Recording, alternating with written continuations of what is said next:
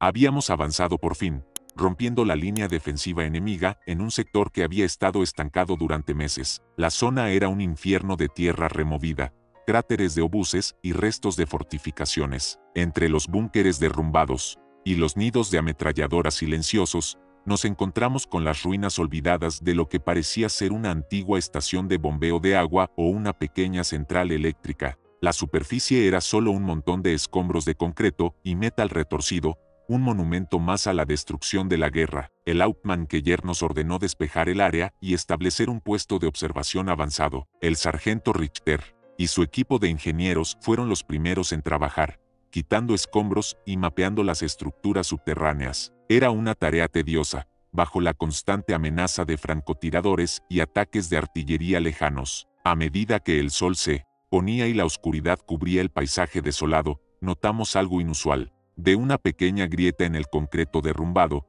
y de lo que parecía ser un conducto de ventilación casi totalmente bloqueado, emanaba una luz tenue y pulsante. No era el resplandor de un fuego moribundo, ni la luz de una linterna. Era un brillo, constante, con un ritmo suave, acompañado de un zumbido de baja frecuencia que apenas podíamos percibir en el silencio de la noche. La vista era inquietante, las ruinas olvidadas no estaban tan muertas como parecían. Algo, o alguien, estaba activo bajo tierra, generando una luz subterránea que no debería existir. El misterio de la central eléctrica oculta acababa de comenzar. El pulso luminoso que emanaba de las ruinas era inconfundible, una luz ámbar rojiza que crecía y disminuía con un ritmo constante, acompañando el zumbido de baja frecuencia. Era visible solo en la oscuridad de la noche, lo que lo hacía aún más enigmático. Intentamos iluminar las grietas con nuestras linternas, pero la luz no respondía, y el zumbido persistía inalterable. El Hauptmann-Keller, informado del fenómeno,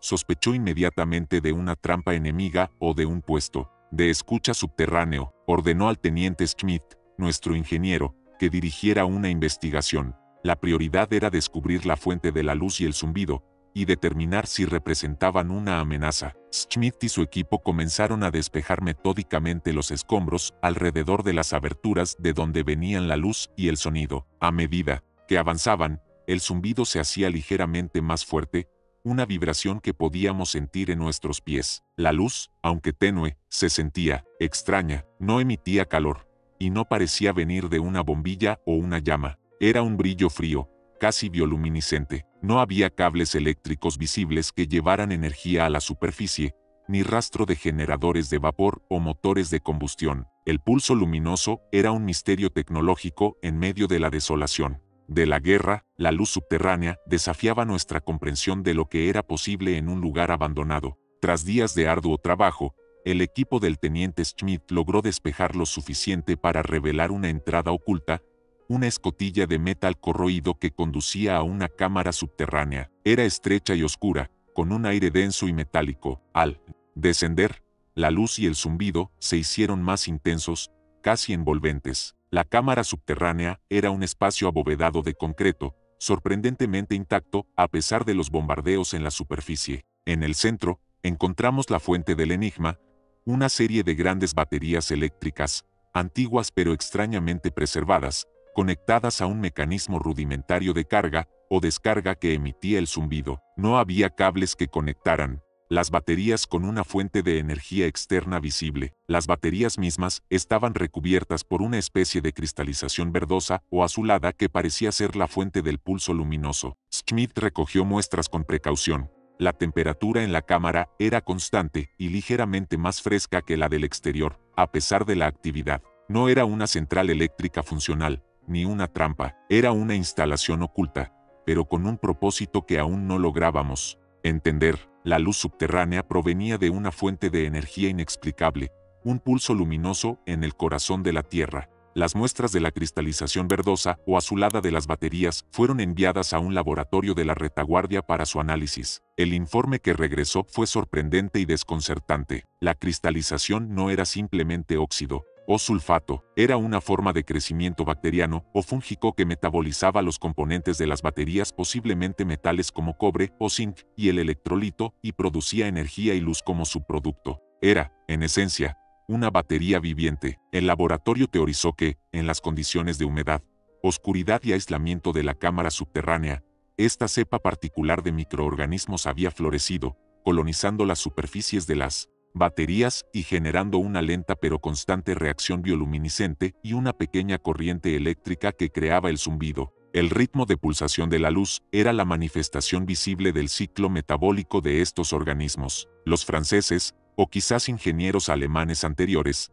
pudieron haber utilizado estas baterías como una fuente de energía auxiliar de baja potencia, o simplemente las dejaron abandonadas y la vida microbiana se apoderó de ellas en las condiciones ideales. La luz subterránea no era un truco enemigo ni un misterio tecnológico, sino una manifestación extraña de la biología. En un entorno artificial, la batería viviente era un descubrimiento fascinante, una forma de vida que prosperaba en los restos de la tecnología de guerra. El descubrimiento de la batería viviente y su origen biológico transformó la cámara subterránea en un laboratorio olvidado. El Hauptmann-Keller, aunque aliviado de que no fuera una amenaza directa, se interesó por las implicaciones científicas. Ordenó al teniente Schmidt que supervisara un estudio más detallado. Schmidt y un equipo de científicos militares fueron enviados para examinar el ecosistema único que había florecido bajo tierra. Encontraron no solo las bacterias bioluminiscentes en las baterías, sino también otras formas de vida microbiana adaptadas a la oscuridad y los productos químicos. El ambiente aislado y la presencia de metales pesados habían creado un nicho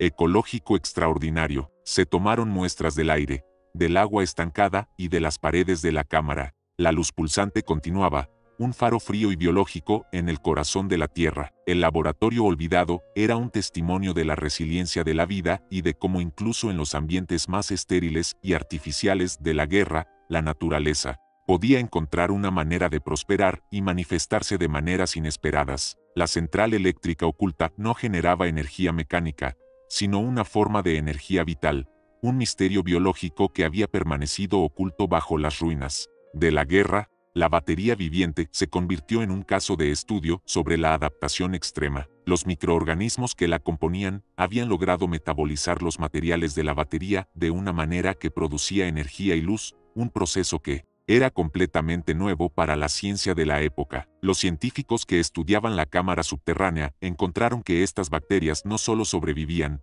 sino que prosperaban en un ambiente rico en compuestos metálicos y ácidos de la batería, condiciones que serían tóxicas para la mayoría de las formas de vida. La luz subterránea no era solo un fenómeno, sino una prueba de la increíble capacidad de la vida para encontrar nichos y evolucionar, incluso en los desechos de la destrucción humana. El pulso luminoso se convirtió en una medida de la actividad metabólica de la colonia bacteriana. En las noches más frescas, la luz era ligeramente más brillante, sugiriendo que la temperatura influía en su ritmo de crecimiento. La adaptación extrema de estos organismos era un recordatorio de que la guerra no solo destruía, sino que también creaba nuevos entornos y, con ellos, nuevas formas de vida y fenómenos que desafiaban la comprensión convencional. La central eléctrica oculta se había convertido en un laboratorio de la evolución en tiempo real, un testimonio silencioso de la resiliencia de la naturaleza. El descubrimiento de la batería viviente y su capacidad para generar un pulso luminoso y un zumbido llevó a especulaciones sobre un secreto bioeléctrico. Aunque la energía generada era mínima,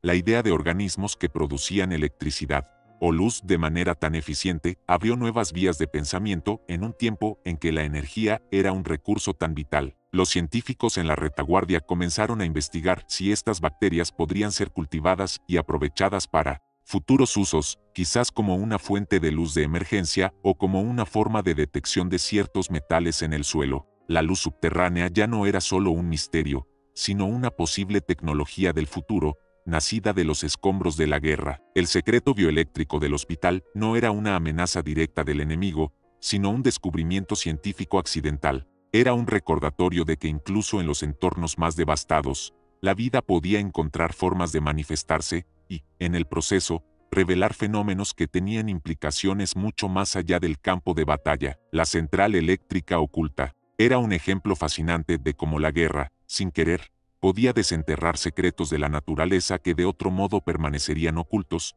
uniendo la biología con la energía de una manera completamente inesperada. Con el fin de la guerra, la central eléctrica oculta fue finalmente desmantelada para su estudio. Las baterías vivientes fueron removidas, y la cámara subterránea quedó expuesta y sellada. El pulso luminoso desapareció. Para los ingenieros y soldados que habían presenciado el fenómeno, la luz que permanece era un recuerdo vívido y peculiar de la Gran Guerra. Era una historia sobre un lugar donde la luz venía de la propia vida, un enigma que había mezclado la tecnología con la biología de una manera que desafiaba su comprensión de la época. El legado de la luz subterránea no fue de horror o peligro, sino de asombro ante la inmensa capacidad de la naturaleza para adaptarse y manifestarse de formas extrañas e inesperadas. Fue un recordatorio de que incluso en la máxima destrucción humana, la vida podía florecer en la oscuridad, creando un pulso luminoso que permanecería en la memoria como un eco de un secreto bioeléctrico, una luz que permanece de un mundo subterráneo que la guerra desveló.